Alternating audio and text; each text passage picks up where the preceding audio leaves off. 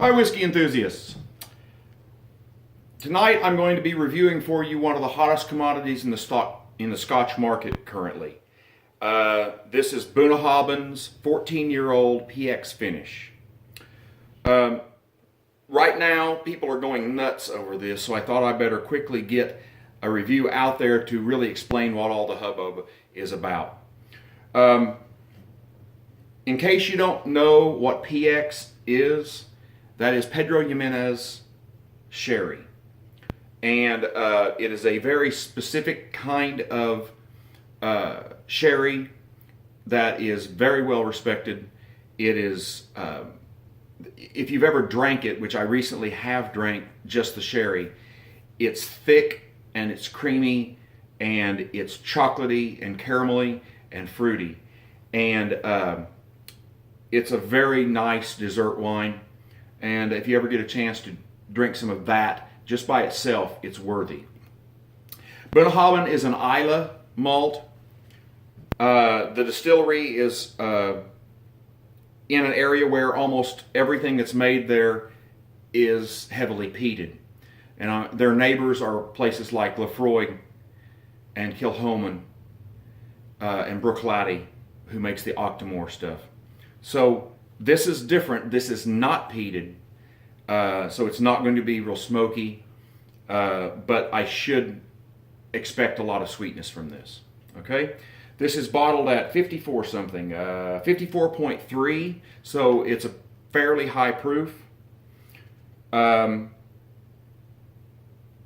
This is a limited release. I have no idea how many bottles they're going to be made of it. I didn't look it up. You can do that. Google is your friend. So, on the nose,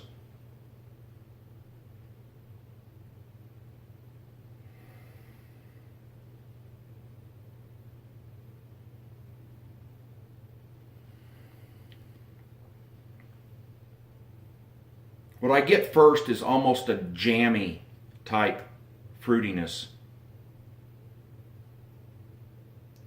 And as the sweetness kind of calms down, that turns into more of a dried fruits. And when I'm talking about fruits, I'm talking about dark things. I'm talking about raisins and plums, maybe some dried cranberries, what they call craisins. That raisin is definitely there. Underneath it, there's some really nice, heavy, sweet maltiness to it. Almost a bready feel. It's a very nice nose. There's a hint of caramel, some salt, some brininess.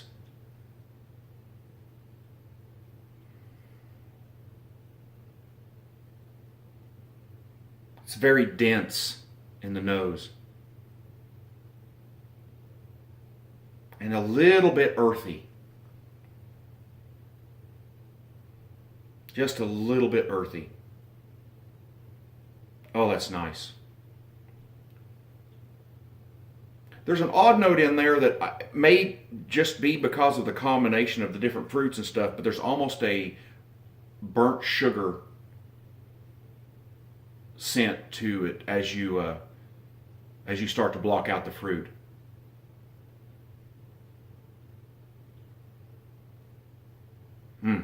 Very nice.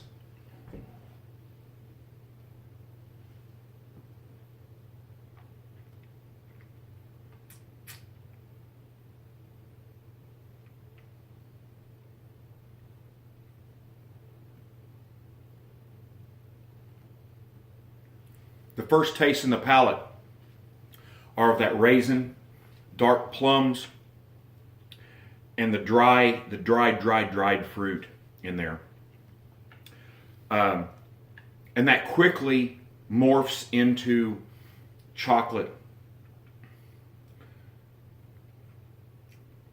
and cream.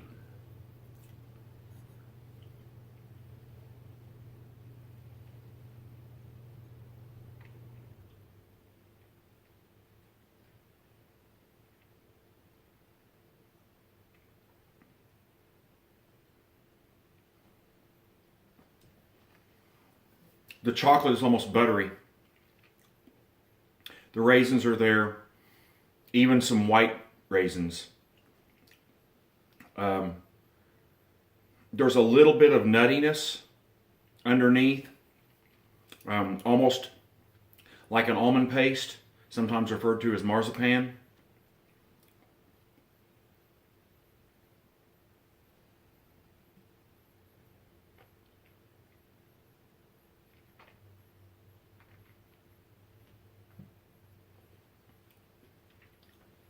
As you get into the back end of the palate and going into the finish, you start to get a little bit of spiciness from the actual wood. But the sweetness carries through. And in the finish, you still have notes of like chocolate-covered fruits. The fruits get a little bit lighter in the finish. Maybe a little bit more like an apricot. Although you still have some of the plum and raisin. The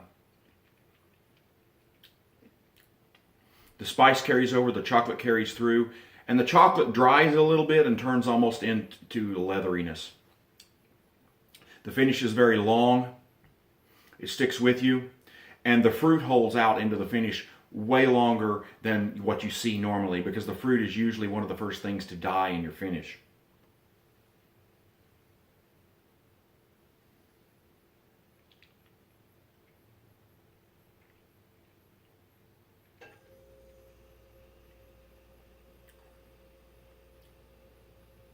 I was coming back to see if I could get any of that earthiness back in the finish, but I don't get a lot of that. There might be a hint of it, but it comes across much more as the raisins and the chocolate and the leather. So that's my analysis. I would say that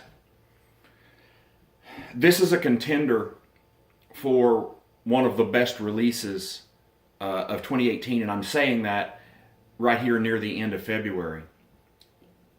I can tell you right now, had this been in the running in 2017, if I had tasted this in 2017, it would have definitely given my Scotch of the Year for 2017, which was Macallan Edition number 2, a run for its money as far as Scotch of the Year.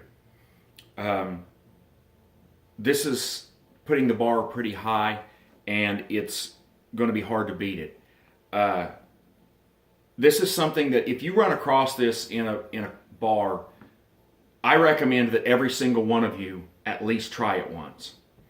I know that it's hard to get because there was so much hype about it that it's very sought after, and the shelves are emptying quickly, which is part of the reason I wanted to get this out as soon as I got some of my own. If you can get a bottle, by all means, I would recommend you do it. And as for a rating, I would say that on our true 0 to 100 scale, where 50 is an average okay whiskey, and 80 to 90 is excellent, and 91 to 100 is extraordinary and among its top tier. This is going to get one of the highest ratings I've ever given, and I would rate this, for my personal tastes, at a 93. I truly believe this is one of the finest crafted malts that I've ever had. Especially considering that it's only 14 years old, I'm blown away by it. So there you have it. Whatever you do, whether you do this one or something different, go out and find you some whiskey you'll love. Good night.